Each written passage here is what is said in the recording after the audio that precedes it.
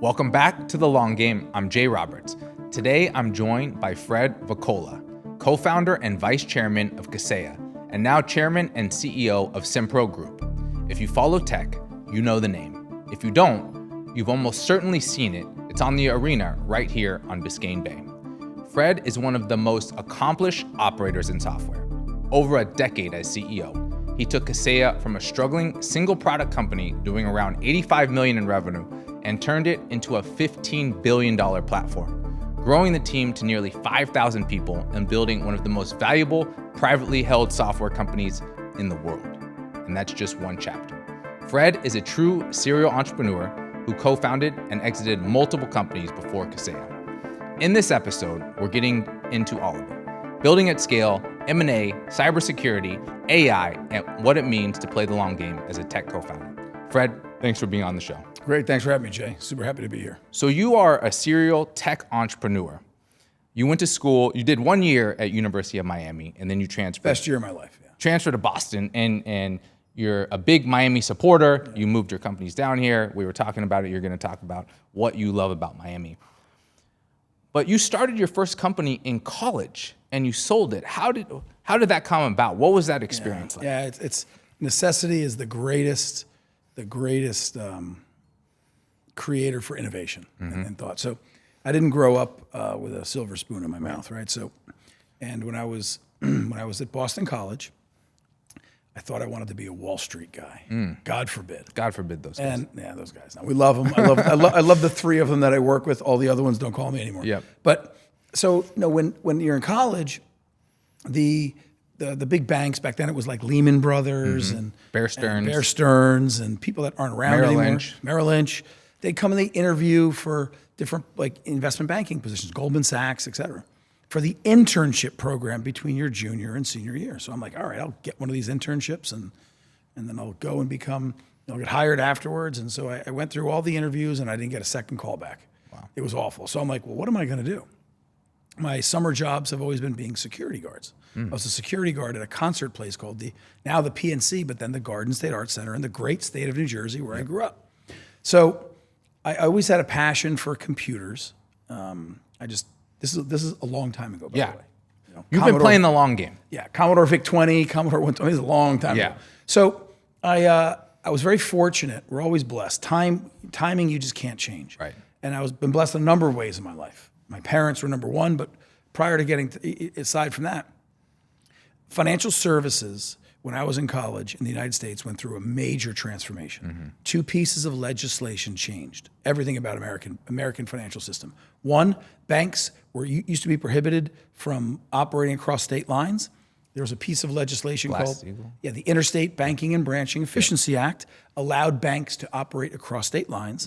And the second piece of legislation was called the repeal of the Glass-Steagall Act, which prevented banks from being principally engaged in securities. Really nerdy stuff. Yeah. Sorry to bore your audience. Yeah. But what that meant was banks could start to get big. And as banks got big, the information requirements they had were massive. Because now, if you're Citibank, you can sell 15 different financial products to your corporate customers. Wow.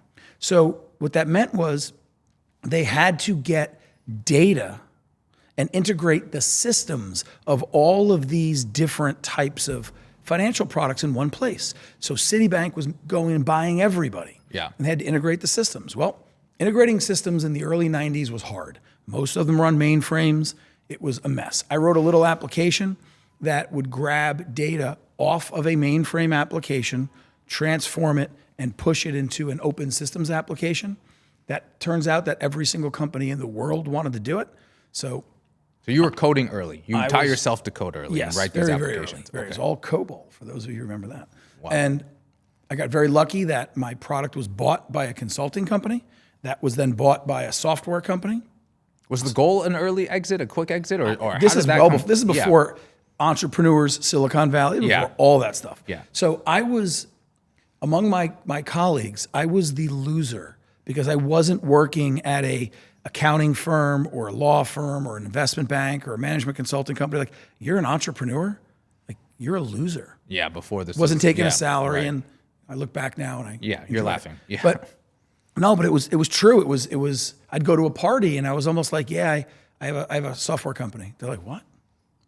Like Zuckerberg was like, he wasn't even born yet, probably. You know, the idea of being cool and being an entrepreneur. So it was really interesting. So I got very lucky, and I sold that company my senior year of college for, I'm embarrassed to say, for about $50,000. Wow. Now, that seems like that's nothing. a lot of money from back then. Especially when you're coming from nothing. Yeah. My spring break, my senior year of college was awesome.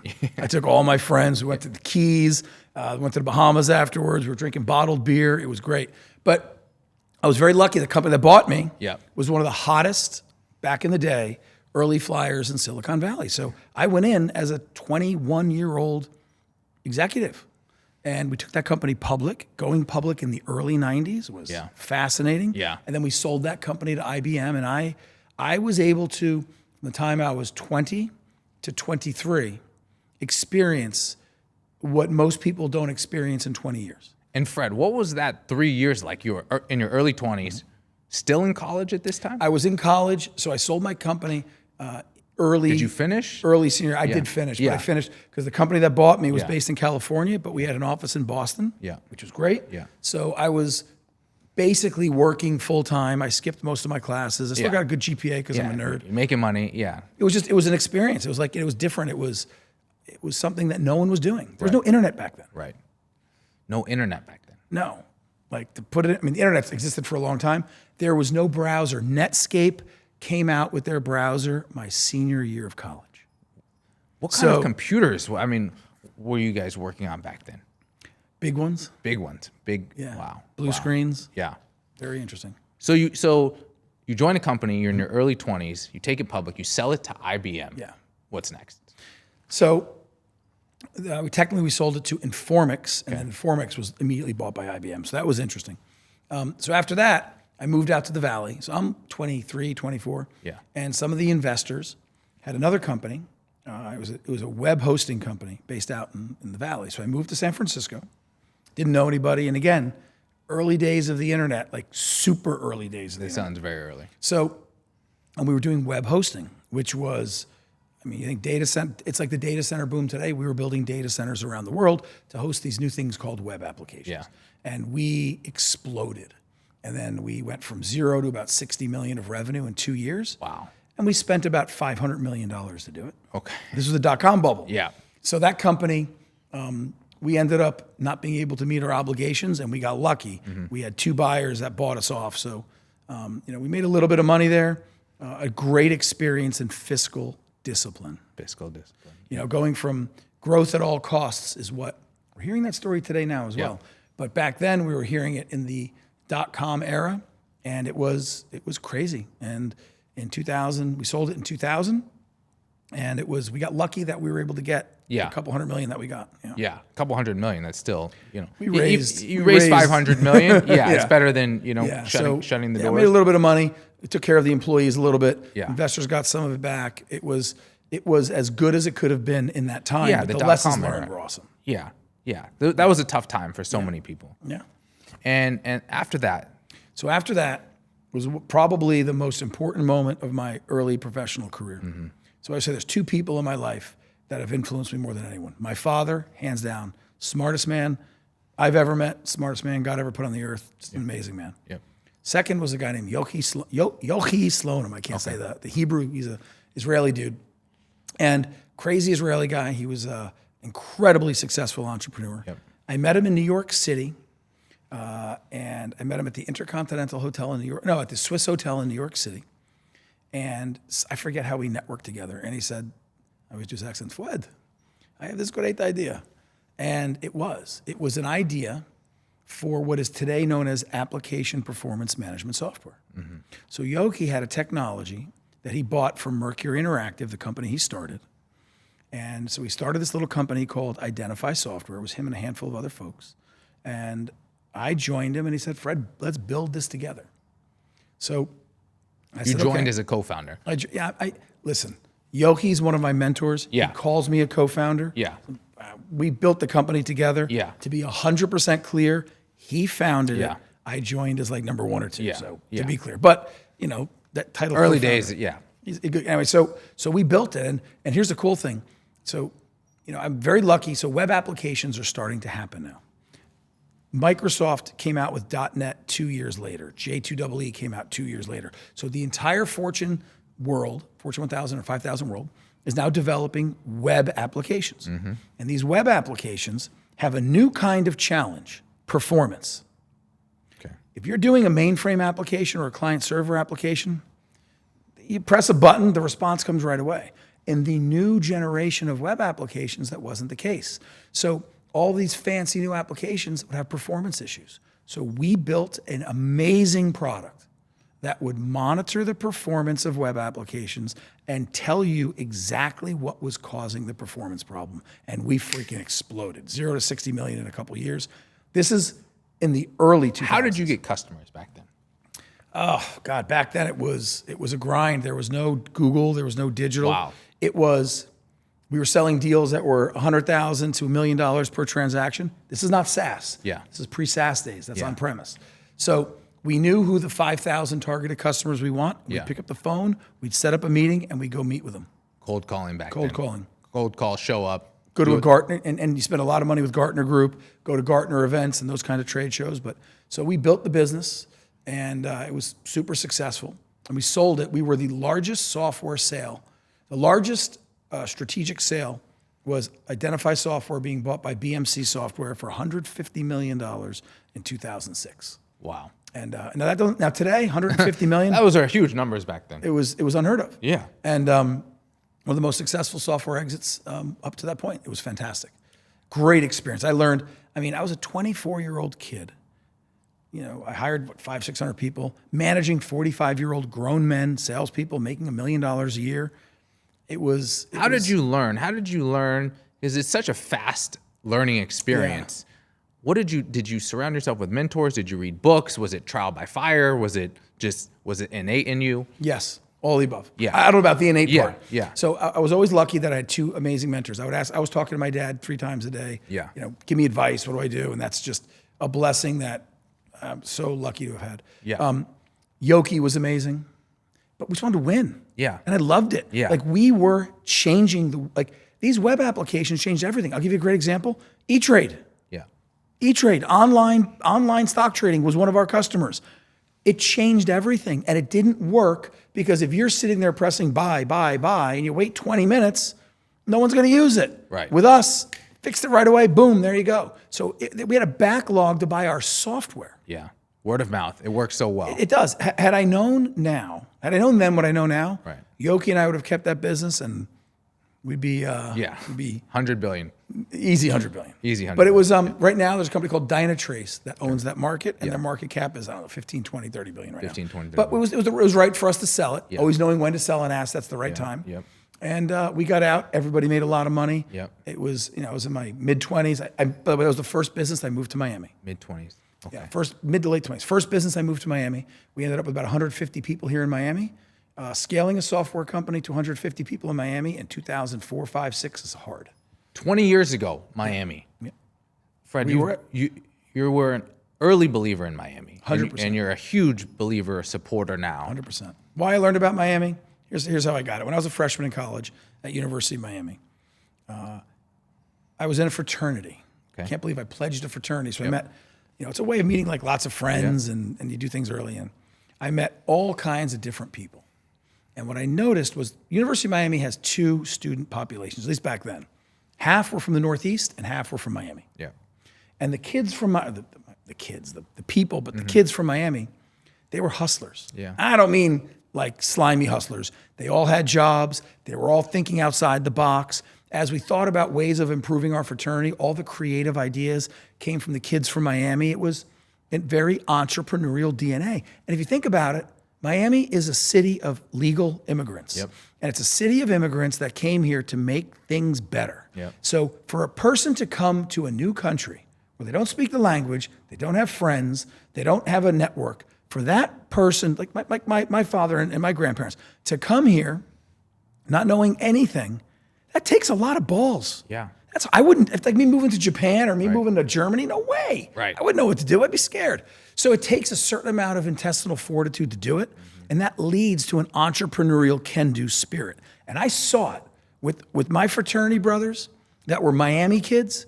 I was like, wow, you're just doing it. Yeah. Hey, let's throw a party in a barn. No one's ever done it before. We'll make it work. And it did. Yeah. So that DNA of entrepreneurial can-do attitude was here. I'm always like, if I ever start a company. Immigrant mentality. I'm putting it here. Yeah. Because that's the workforce. And even people that are second, third, fourth generation, that culture of Miami, of South Florida is there. Right. So I put Identify software down here. People thought I was nuts. And we made $150 million on it. Made $150 in 2006. 2006, early days of Miami. Yeah. And you saw this immigrant hard worker community, people who came, who have everything to lose, but they're pushing forward. They're thinking outside the box. Yep. And you've built multiple tech companies now around that mission and that strategy and this environment here in Miami. Yeah, I mean, I did another one called Trust Technologies. It was a fintech company, no SaaS. It was the first SaaS company. This is when SaaS was early. So we started a fintech compliance company, and that went crazy. That was based here in New York. I did it with my buddy Dave DiPiero and Joe Albertelli. Yep.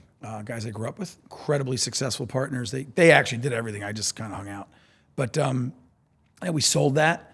Did very well with it. You have a knack, Fred, for identifying trends early, for getting in technology especially. What do you think it is? What? It's 100% my dad. Your dad. 100%. What about your dad that he instilled in you or taught you? So my father is one of the most interesting people in the world. I could talk for hours about him, so I don't want to bore everyone's story, but he's a fascinating man. And I'll tell you a couple of real quick anecdotes. So first, my mother was the most amazing mother you could ever have. The best, absolute best. And she taught empathy, no matter what, which is a lesson that I think a lot of people today need to learn. Like, doesn't mean you can't be competitive. It doesn't mean you don't win and you don't fight and claw, but you need empathy. It doesn't make you weak to empathize. Right. My father is about service and is about innovation. So, Vietnam era, got drafted, served, did a lot of work in the intelligence area for the intelligence agencies, did some interesting kinds of things. And then when he met my mom, fell in love. He's like, I can't be spending time in Eastern Europe in the Cold War doing the things that I'm doing. Yeah. So he left and he went into the private sector. And I'll tell you three things innovations that he thought of. And remember, I'm a kid. I'm 5 years old. So I'm at the dinner table. And one of the things my parents did was they treated kids like adults. They would not have a kids table at Thanksgiving, at adults table. Everyone would sit, and which was good. So my father and his partners had a company called Datacom. And they one of the things that they did in the early days of data processing, like early 80s, municipal governments like the city of Miami, like the city of New York, like Chicago, et cetera, in the late 70s and early 80s, parking ticket revenue and parking meter revenue, like coins and meters, it was an afterthought in city budgets. Okay. No one paid their tickets. You watching movies in the 70s and 80s, oh, another ticket. The guy would take it and throw it. Yeah. My father and his partner said, no. We're going to invent a system with this new thing called computers. And a meter maid, when they write a ticket, they're going to call on the radio, license plate 1234556. Do they have any outstanding tickets? Yes, they do. Okay, stick the boot on the car. Yeah. Now the boot goes on the car. They don't get that boot off until they pay their tickets. Yeah. What do you think happened to parking ticket revenue? It went up 100-fold in New York City, the pilot case. What do you think meter revenue? People are paying the meters now. So if you look at what happened from the late 70s to the early 80s, when Datacom implemented these automated data processing parking systems, the revenue from parking tickets and from meters would make up upwards of 20-30% of the city's revenue. That's incredible. It balanced the budget when New York City was very close to going bankrupt. And it was pure innovation. Next thing they did, electronic toll collection systems. You and I drive down the highway. Yeah. We go through Easy Pass. It used to be, many people might be too young to remember, a gate would come down, you'd throw a quarter in it, and it would go up. Yeah. So you'd have a toll booth that would have a 2-mile delay just to collect the money. So my father and his partner said, nope, let's put transponders on cars. Let's create electronic toll collection systems. And they invented it. Amazing. I'm seeing this as a 6, 7, 8, 9, 10, 12, 14, all my life. And it's like, wow, you can do the impossible. Yeah. And my father said, anything's possible. With technology, you can figure it out. Find a big problem, solve it, make it easy for the people to use it, and you will change the world and you'll make money while you're doing it. your father really instilled this in you. I thought you were going to go in a different direction, but he was innovating while you were young, and you took this and he gave you the belief, the confidence to go out and do that, and you saw it firsthand. Yeah. To identify these problems in society and to implement technology, which you've now done in multiple companies. I mean, if you see something broken, it's kind of like when I still remember my dad. I can remember this like it was yesterday. Seaside Heights, New Jersey. Because my father made his money as I became an adult. Like those initiatives I said, they all made money after I was like 16, 17, 18. So we didn't grow up with a lot. Yeah. My dad got rich when I was older. Yeah. I wish he was rich when I was younger. I probably had more dates when I was in high school. Right? Yeah. But Seaside Heights, New Jersey, the boardwalk. It's not the nicest of places in the world, but it's fun. There's rides. And I remember my dad seeing a little bit of garbage outside of the garbage pail, like the public garbage pail. He reached down, he picked it up. And I'm like, Dad, what are you doing? He goes, if I don't do it, who's going to do it? Clean it up, make it better. Yeah. And it's just, you can make things better. Nothing's impossible. Right. Just give it a shot. So very lucky to have that in my life and very, very blessed to have the parents I've had. You had a great mentor, great parents. Best. Kaseya. Kaseya is a Miami company. You guys, Kaseya has its name on what was formerly the American Airlines Arena, is the Miami Heat. Then the FTX Arena. Basketball. FTX briefly, you took over. Fred, how did that company come about? Where did the name come from? Kaseya is Sioux Indian for protect and defend. Okay. It's a fitting name. Yeah, think about what Kaseya does. We protect and defend our customers from cyber attacks and bad actors and all the stuff that goes on. So Kaseya is a great story. So here's what Kaseya does. For the average person out there that doesn't know anything about cybersecurity, you don't need to know it. There's a massive trend started in like the mid-2000s where technology the first users of big mainstream business technology were the Fortune companies, Citibank and Carnival Cruise Lines down here, Burger King. As Moore's Law applies to technology, things get smaller, cheaper, faster, better, and easier. Well, the technology that was once the domain of the Fortune customers, Fortune accounts, Fortune companies, now is applicable downstream. So in 2014, a dental office is using email marketing. Yep. That was unheard of. Citibank barely did it in 2008. Yeah. So now a little dental office can do it. This is only 12 years ago. I know, it's crazy. It's not even that long ago. It's Moore's Law. Yeah. Moore's Law. So what happened is as architecture firms, construction companies, developers, contracting firms, doctors' offices, law firms, they all became dependent upon this technology to run their business. Now, when you are dependent on technology, it must be always available and always secure. Yep. So a market that emerged was a market of hundreds of thousands of local IT and security service providers. They're called MSPs, managed security providers. They're IT guys. You and I could start a company. Yeah. Miami IT guys, and we're going to have 50 customers, all the dentists and healthcare centers and physical therapy centers in Miami. We keep their systems running. Yeah. And that customer base is the customers that Kaseya sells its solution to. So that is one of the largest waves ever.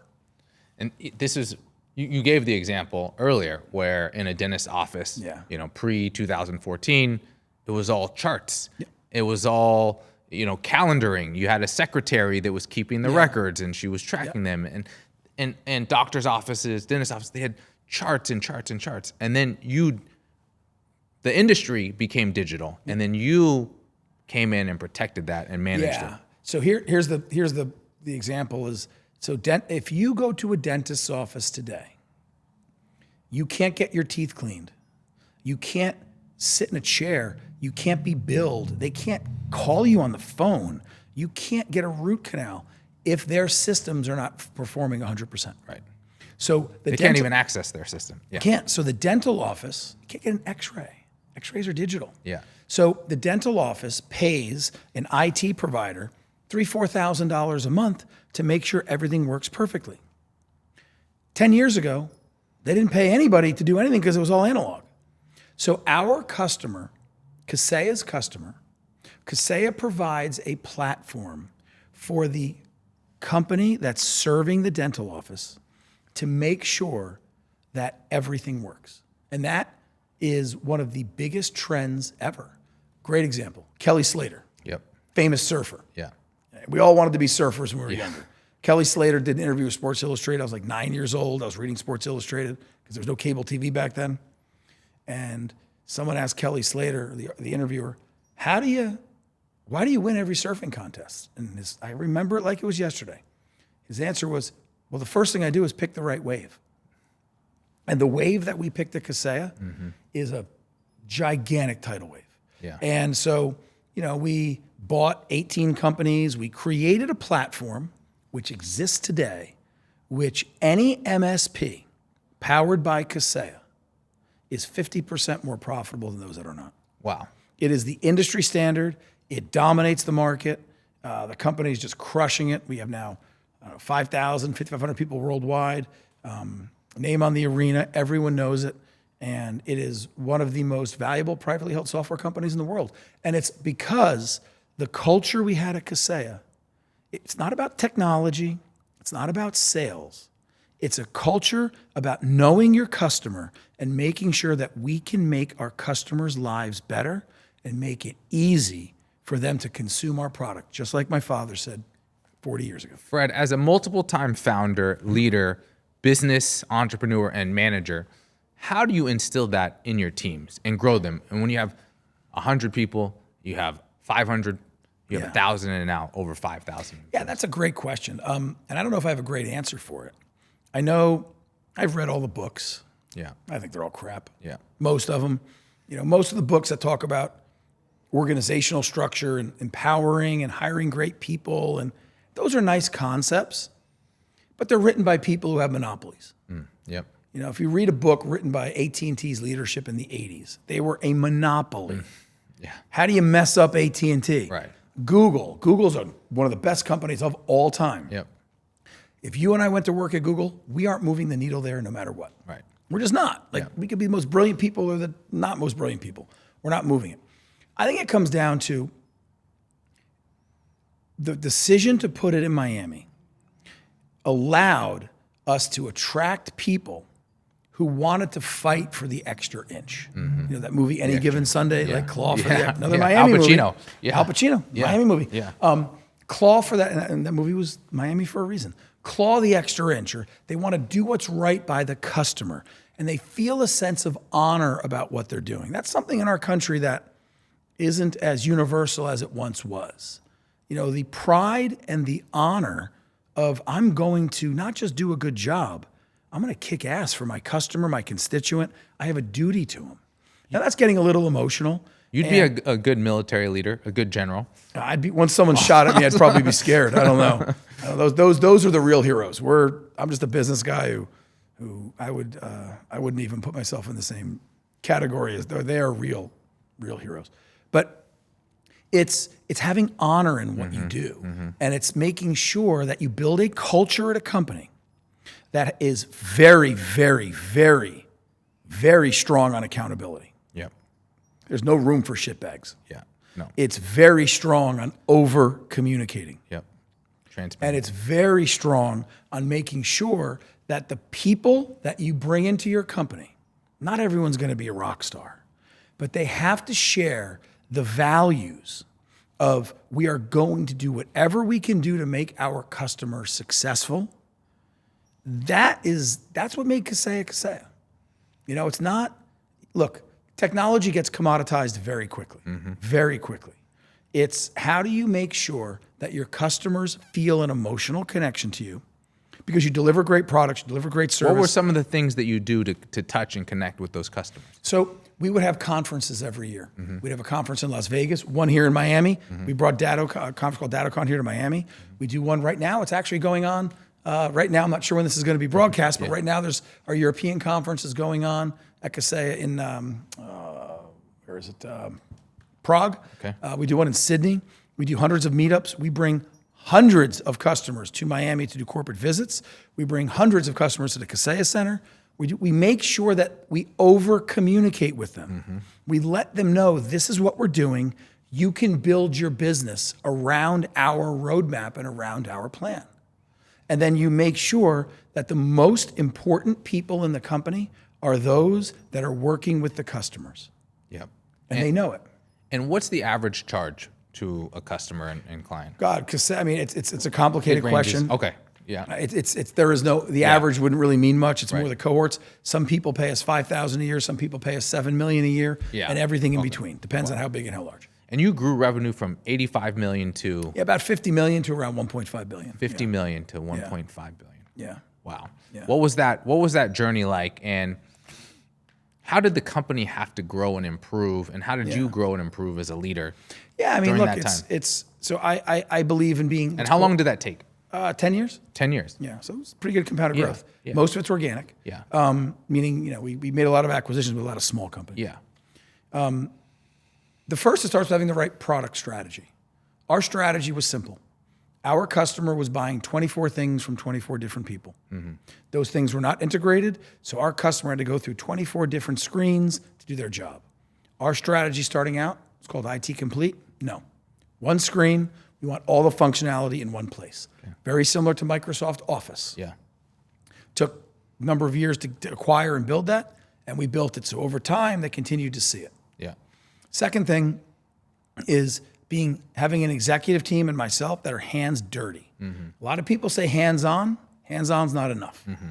You have to micromanage the business, not micromanage the people.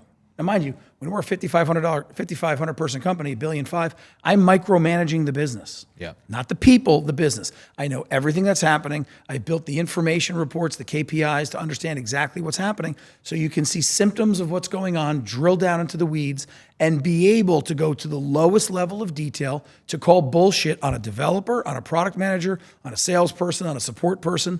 Executives that get ivory tower syndrome, and they hire McKinsey or Booz Allen to do their thinking for them, right, or they rely on their managers to do everything for them. Show me how many of those are successful. Mm-hmm. Companies with an obsessed entrepreneurial leader and entrepreneurial exec team tend to work. Look at Musk. He's the best. Yep. Ever. I was thinking about Elon Musk as you were describing this. Yeah, Elon Musk is the best. He's sleeping on the floors of the factory. He's going in every weed. In the line. Yep. Right? Bezos, one of the best. Gates, one of the best. Yep. Larry Ellison, the guy's as old as he's amazing human being, he's still grinding it. Yeah. Steve Ross, I had a meeting with Steve Ross 2 years ago. Yeah. He's in his 80s. That guy's sharp as a knife. Yeah. He pitched me, and it was one of the best sales pitches I've ever had about relocating Kaseya into the new building he's building here. Yeah. This was 3 years ago, actually. Yeah. He's the obsessive entrepreneurial leader. That's who wins. And when those leaders leave and they bring in the Harvard MBA, the McKinsey leaders who aren't in the weeds, who have nice theories, companies don't succeed then, they die. And that's what we see, especially in fast-paced industries like technology. The Ron Barron talks about this, early investor in Tesla, in SpaceX, where he's not looking for, he's not looking at companies that are trading on a daily basis. He's looking for an obsessive founder who wants founder type that wants to be the very best in the world, is going to work a decade plus, and he just backs them and he trusts them. And create something special. Because the desire, you asked me this earlier, to create something special. Right. And the relentless approach to making that organization perfect. Perfect. It's not good, not great. Someone who wants to make another billion, another 2 billion, you can't spend it. It doesn't matter. Right. It's you want to make something perfect. You want to make an organization. Organization's like a family. You want your family to be great. You want this baby you have, whether it's Kaseya, now it's simPRO. We'll talk about simPRO in a minute. Yep. Priva Metis, another baby I have. Yep. It's an obsessive piece to get the full potential out of it. I had this conversation with my exec team. I had our exec call a couple of days ago. And it was a tough call. Things weren't always going exactly the way you want. And I said, let me tell you guys something. I gave a basketball analogy. Michael Jordan, arguably the best basketball player ever. Right? Yep. I think Wilt Chamberlain, but let's say Michael Jordan. Yeah. Some people say LeBron James. They're all awesome, so it doesn't matter. But Michael Jordan, if he scored 25 points a game, and he made the All-Star team every year, and he won 2 titles and 2 MVPs, he would be in the Hall of Fame. Yeah. And that would be one of the best careers ever. But for Michael Jordan, that would suck. It would suck. Yep. Tom Brady wins 2 titles. Tom Brady's a loser if he only wins 2 titles. Yeah. Only because Tom Brady's Tom Brady. Yeah. And Tom Brady is obsessive, and look at what he accomplished. Michael Jordan is obsessive. Michael Jordan would stab you to beat you in a game of poker. You know, Michael Jordan is obsessive about winning. You need to be obsessive. Yeah, you got to be obsessive, and that's where the great companies come because they don't stop. Yeah. They don't stop. Yeah. Short a company when the founder leaves. Look at Apple. What happened when Jobs left? It's true. Yeah. Shit the bed. Jobs come back. Yeah. One of the greatest companies of all time. That is the best example of it. And you know, we asked earlier, it's that obsessive nature that the motor goes, and you got to make it work. You have a big motor, fast motor. You grew Kaseya into privately owned $15+ billion company. What are you working on now? So now we're got a lot of things. So after Kaseya, I wrote a book. Yeah. And I say that funny because any of my friends who see this, I'm a product of the New Jersey public school system. Yep. So many people don't believe I can actually read. Okay. But I wrote a book. Yeah. So I was I've had like the most blessed life. Yeah. So lucky, dude. At Kaseya, we were and are at the cutting edge of cybersecurity. Now, cybersecurity is interesting. There's so much data to process. And so, we were doing things like neural networking and machine learning, the predecessors to AI, and AI is really the result of public large language models. Mm-hmm. So we started doing a lot of AI work, early AI work, and I was like, holy smokes. Like this stuff, when it matures a little bit, it's gonna be like, oh my God. The maturity cycle was instant. Yep. So I wrote a book. I spent 6 months and just went down the rabbit hole on AI. And not just the technology, but what the implications are going to be. What's the next trend? Yeah. And I came up with a couple of, the book's called The Coming Disruption, because AI is disrupting everything. It is. In human life, forget business, everything. Yeah. It's the most powerful innovation, most powerful productivity tool humanity's ever seen. Combined. More powerful than the written word, than coinage, than electricity, the Industrial Revolution, the steam engine, the printing press, you name it, the internet, PC, everything combined. And take electricity. It took 200 years for the world to electrify. So to get the full benefit of electricity, humanity, it took us 200 years. Yeah. Right now, anybody can pick up AI and get 100 to 150% more productive within a week. That is never been seen before. Never. Yeah. It's like incomprehensible. So what does that mean for the world? What does that mean for the world? And what does it mean for business? So that's what I write about in the book. I talk a lot about it.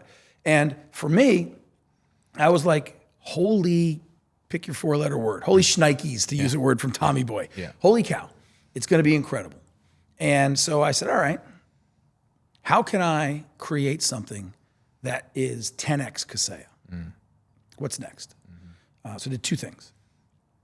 One is, I believe medicine and longevity is one of the great benefits of AI. Yep. So I invested in, started, and acquired several medical businesses here in Miami, and also one in New Jersey. And we should talk. I'm working on a wellness building. Okay. Put together a company called Prevamedis. Yep. It's preventative. It's personalized medicine. Right now, if you go to your doctor, your doctor has 6,000 patients. They can't treat you. They're just following what the insurance companies tell them to do. Yep. So here, it's private medicine. It's all AI driven from a diagnostic and a preventative space. And it is just changing the world. The business has now gotten pretty large. Yep. We will be the largest private, preventative, proactive, AI-driven medical business in the United States within the next 24 months. It's exploding. It's based out of Mount Sinai. We have thousands and thousands and thousands of customers. It's phenomenal. My older brother runs it. Older brother Mark's the CEO of it, and he's taken it to another level. That must be fun working with your brother. It's cool. I've learned so much from him. It's funny. He's like, Fred, just get out of the way and let me do it. It's your first business that you worked on with him? Yeah, first business. Yeah, he was a big fancy private equity guy. Oh, okay. He was like one of the global leaders in private equity for energy infrastructure, building natural gas facilities, power plants. He gave up. I don't want to tell you how much money. He gave up a job. He goes, this medical business is going to change the world. Yeah. And it's pretty neat. So he's been doing that for a while, and it's exploding. The other company that I took over as chairman and now as CEO is called simPRO. simPRO. Again, moved it to Miami. Amazing. It's cool. We'll have 1,000 employees here in Miami within 3 years. Got about 180 now. Had 0 when I took it over. Yeah. Maybe simPRO replace Hard Rock Stadium. simPRO in the future. Something like that. You already named Kaseya. Yeah, maybe some others. Marlin Stadium. Yeah. Hopefully all of the above. Yeah. But so I think this is the monster of monsters. Here's what we do. Yeah. The industry. Field service commercial trade companies. That's the customer base. It is the largest TAM. I think it might be the largest B2B TAM in the world. Mm-hmm. It is any business that's doing ongoing field service work, electricians, HVAC people, oil field service people, facilities management, pool maintenance, window maintenance, and refrigeration. There's like 200 verticals. And our customers are not serving you or my home. They're serving commercial buildings like this building or the Kaseya Center or the simPRO Tower or whatever it may be. And these businesses are really, really ripe for AI. Here's why. simPRO is a field service management platform. That's the legacy. So it has all the job data. We have 150 million jobs in our system, all the data about it. We have 23,000 of these customers around the world, and we have over 2 million tradesmen and contractors that work for those 23,000 companies doing those 150, 125 million jobs. So we have a data set that's, it's like, I don't know, the biggest lake in the world, Lake Superior. Yeah. So now we're saying, all right, here's the business problem. Fred's electrical contractors that serves all the high-rise buildings in Miami. I have 50 employees. I have 47 of them are electricians in the field. 3 of them are myself and my 2 office people. I don't have an HR person. I don't have a marketing person. I don't have a person doing accounts receivable to collect bills. I don't have a procurement person. I don't have a provisioning person. I don't have any of this stuff. Why? Because I can't afford it. Can't afford it. My business runs at 5% margin. So I'm doing $5 million a year in revenue. Yep. And I'm making $250,000 a year. That's a great living. I have 30 customers. If 2 of those customers go away, I make no profit. Yep. Our mission is to take AI, bring it to this market, so their profit margins go from 6, 5, 7% to 25 to 30%. Here's why. If you think about how hard it is. If I'm this company, I have 30 customers, and I have 47 people in the field. It's a highly competitive market. It's highly competitive, There's a lot of but it's logistically hard. Yeah. I got to go and do 3 jobs a day per person. I'm doing maintenance jobs in the Kaseya Center, maintaining all the electrical infrastructure there. If I go there and it takes me 3 hours instead of 1 hour to do my job, I lose money on it. If I go there and I bring the wrong material, I lose money on it. If I have to go back to the warehouse to bring something new, the margins are so tight. Getting the right person to the right job with the right materials and the right skill set and the right licenses and the right permits is very difficult. It is a perfect use case for AI. Yeah. So what we do, and this is so badass, we provide a virtual digital workforce of all those specialized jobs that you need to execute a logistics and supply chain that complicated. Machines can do it better than people. Machines cost 1/20 of a person. Yep. We provide them all with AI agents and a digital workforce. And our customers now are averaging about 21% profit margin. 4x almost. Within months. Yeah. And our business right now, we're growing around 35% organically. We'll do well over $300 million this year. We're running 42% profit margin. So it's a rule of 77 business.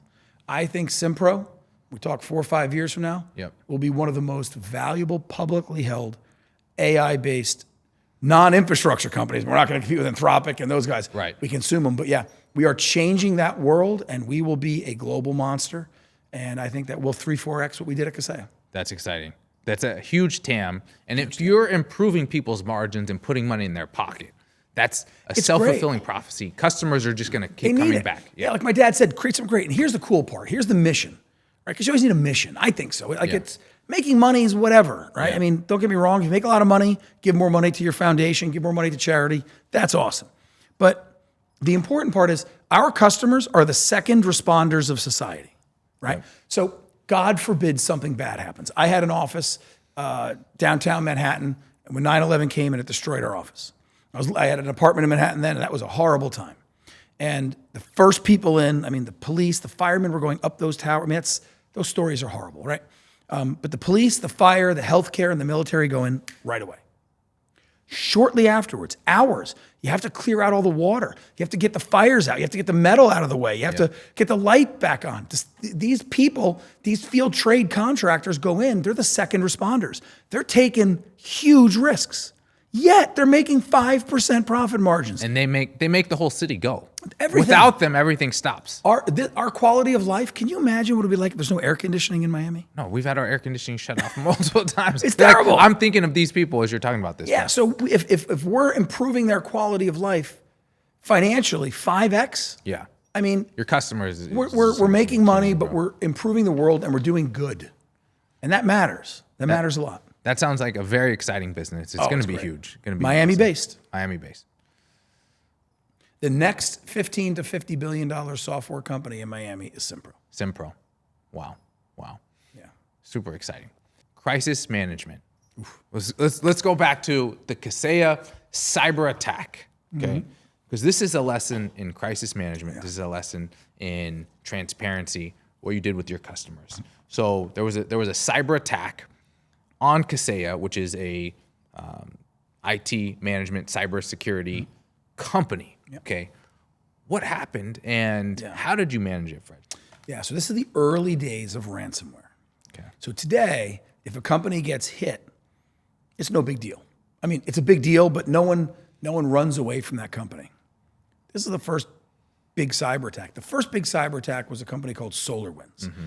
So let me take a giant step back. There's two types of cyber attacks. Those that are motivated for commercial gain, they want to make money, and those that are motivated for like espionage or political gain. So SolarWinds was the first major public cyber breach. And you know how SolarWinds handled it, a lot of people have opinions about it. Some people got sanctioned by the SEC, some things happened with it. But you know, the actors who went after SolarWinds were doing it so they could exfiltrate sensitive government data and company data, because the companies and the governments that use SolarWinds, the bad guys went in and used them as a Trojan horse to exfiltrate, you know, top secret information and things like that. The Kaseya breach was different. The Kaseya, not even breach, the Kaseya incident was different. This was people trying to make billions of dollars. And let me tell you how they would have done it if they were successful. Kaseya, at the time, we had about 35,000 of these MSPs that I'm mentioning. Each of our customers is managing the technical infrastructure of about 1,000 businesses. So that's like 30 million businesses around the world that are run on the Kaseya platform. So what the bad guys tried to do is they tried to deploy ransomware through our product onto every one of the 30 million companies. To lock them out. To lock them out, so they all had to pay a ransom. So they had to say $500,000 will open up your systems. That had the potential of causing a worldwide recession instantly. Wow. 30 million businesses. Let's say those 30 million businesses are shut down for 2 months, or they all had to pay a $500,000 tax. Yeah. That's unheard of bad. So when it first hit, it hit on July 3rd. Okay. July 4th, it was a Friday. Yeah. So news cycles are slow on weekends. It was the July 4th weekend. It hit on July 3rd. So it captured the imagination of the media. So, and our competitors jumped on it as well. And, you know, so they said, Kaseya got hit, you know, worldwide destruction coming. And for about an hour, it was pretty damn scary because we didn't know. So we took a couple of immediate actions. First thing, we shut it down right away. Before we knew just how bad it was, we shut it down so nothing would get worse. That cost us millions of dollars. But it's the right thing to do. FBI didn't tell us to do it yet. We called the FBI right away. And I remember a guy named Mike Puglia, Joe Smolarski. We sat down and we said, what? Shut it down now, right away. And Mike Puglia and Joe Smolarski made a great decision. two of the smartest people I ever met. Mike Puglia runs another software company. Now here, he relocated to Miami. Yeah. But respect it. Yeah. Great. And Mike Puglia now works at simPRO. And so we shut it down because we didn't know what was happening. Called the FBI. The FBI was amazing. It made me so proud to be an American. The FBI was nonpartisan.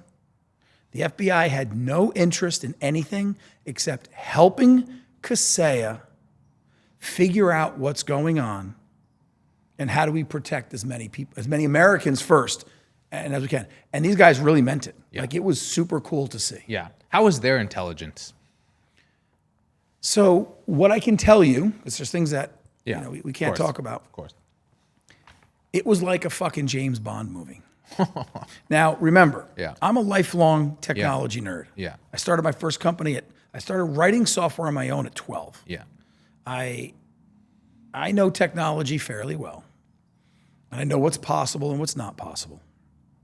When we caught the people who did this within days. Wow. We didn't catch them. The FBI caught them. FBI did. When I say we, it was them. The capabilities that they have, I was shocked. Blown away. I'm sure. I was like, this is so neat. Can I come work at the FBI? They're like, you're not smart enough. I'm like, all right. It was neat. And the commitment of the people, because these people could be making 10x in the private sector. They just do it because they believe. So, but it was a scary time. And the FBI asked us, they said, look, we want to honeypot these guys. Honeypot means we want to catch them. Yep. We need you, Kaseya, to keep the system down for a couple of extra days so we can make sure we catch these scumbags. Mm-hmm. And they didn't bully us. They didn't make us do it. They said, it's your choice. It's your company. We're here to help you. And so, of course, as an American, I'm like, done. Yeah. And had the support of our board, Insight Partners, TPG, all the investors were like, look, do the right thing. Yeah. There was it was cool. So we said 100%. So we kept the system down. Now, we couldn't disclose to the public that we're keeping the system down because we're honeypotting these bad actors. Yeah. But we, every 8 hours, we were communicating with our customers. Like, the system generates all their revenue, runs their business. Wow. Like, this is what's happening. We over-communicated. We were as transparent as could be. We wanted to share everything. And we gradually got the system back online once the FBI was like, okay, go get them. We got them. And so it was a horrifying time. I think that it was one of the hardest professional moments. We worked round the clock. Yeah, I bet. But the lesson I learned was transparency is key. Yep. And we got very lucky. We got lucky for two reasons. One, our cybersecurity team, Mike Puglia, Joe Smolarski were the leaders of it. We had so many layers of security is about layers, right? Multiple layers. Yep. We had more than the appropriate number of layers. So, no one broke through. Second thing was we practiced this. You practice, emergency situations, et cetera. And it ended up happening only about 50 of our 37,000 customers were breached. Now, let me tell you, one is too many. Yep. Like, no doubt. Because those people that got hit, they got hurt. We took care of them. But it was later reported the greatest example of cyber defense in the history of the world.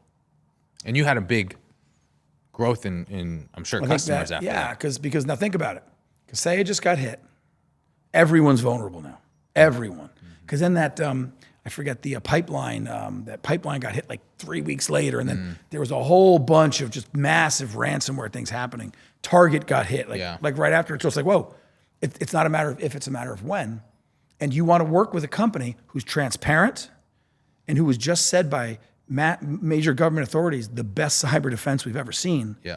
And everyone knew that we were jacking up our investment in cybersecurity from there. So we were like Fort Knox after that. Yeah. And it, I think that the customers trusted us because we didn't lie. Other examples of cybersecurity, some of the ones we mentioned before, I don't want to use the word lie because lie is intent, but disclosure and transparency was not there. Wasn't there.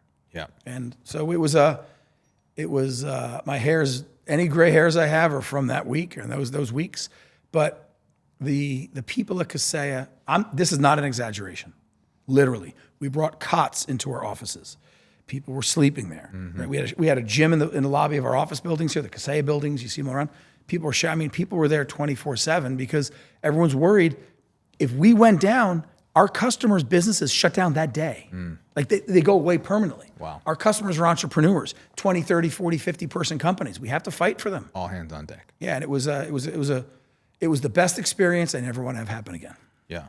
So many learnings happen in problems, situations, and crisis. Yeah. Fred, what advice do you have for people out there? You've started, exited so many companies successfully. You've had a great run, and you're still going. Just starting, baby. You're just starting. You're just starting, and that's great for people out there listening. That Fred here started multiple businesses, multi-billion-dollar businesses. He's just starting. He's obsessed with what he's doing in the best way possible. Yeah. For those out there, does it happen overnight? What should people be doing to? So I told my story like it was a premeditated plan. Let me tell you something, dude. That's the furthest thing from the truth. Yeah. I mean, we had so many hardships at Kaseya, so many hardships at Identify Software. There was twice when we were down to like $50,000 in the bank. That's tough. Yeah. Our offices were in Lower Manhattan when 9/11 hit. Talk about crisis. Our offices were gone. Travel locked down. Trying to sell enterprise software when you're a $1 million company, you can't travel anywhere. We had to learn how to use something called, what's it called? WebEx, which was like the predecessor to Zoom. Yeah, I remember. You know, there's a lot of tough things. Nothing ever goes as planned. You just got to fight. I mean, be smart. Listen, hire smart people, be around smart people, planting. Yeah, that's table stakes. If you don't have the grit to do it, don't do it. And if you're doing it for money, don't do it. Right. Money's awesome. Money allows you to help other people. And I didn't know that until I had money. You know, because we didn't grow up with a lot. Yeah. The coolest feeling in the world is changing someone's life. Yeah. Yeah. And the second coolest feeling in the world is getting a group of people together for a common goal that might not have otherwise like gone together and watching it win. Like I played high school football. It was the best. The guys that I grew up with, you know, most of us hung out, some of us didn't, but football is the ultimate team sport. Everyone has to do their job. Yeah. Do your job, right? And we were an excellent high school program, multiple state championships, and it's getting people together to accomplish something. And the journey, you gotta love the journey. You know, use the word exit. I never use the word exit. I say liquidity event. Okay. Because every time I've had a quote unquote exit, I stayed. Yeah. Because I want to go to the next. What's next? It's a liquidity event. It's just a way of getting paid. Yep. You know, and building great things and accomplishing great things and things that matter are so cool. Like Musk, I'm so happy. I mean, what he did with SpaceX, I'm so happy for him because if you think about and all the people associated with it, but he has been talking about colonizing Mars. People thought he was on drugs, crazy, he's nuts. You know, but if you think about it, look how smart this guy is. He built a rocket company. He built an AI engine, right? He's going to put data centers in space where there's no cooling costs. And he also built a satellite network so you can get the information from those data centers onto Earth. He also has a battery company in the form of Tesla. Yeah. Right? So you're not going to run combustion engines when you land on Mars. Right. So he's got the best battery technology. He's got the best solar technology because, you know, Tesla bought, I forget the solar company, and that's how you're going to get electricity in space for your data centers. I mean, and now he's got an AI engine. He's got an LLM, Grok, or whatever it is. I wouldn't be surprised that overtakes all the others because the cost of it will be 1/5 because his data center cost is going to be 1/5 because his data centers are in space. Right.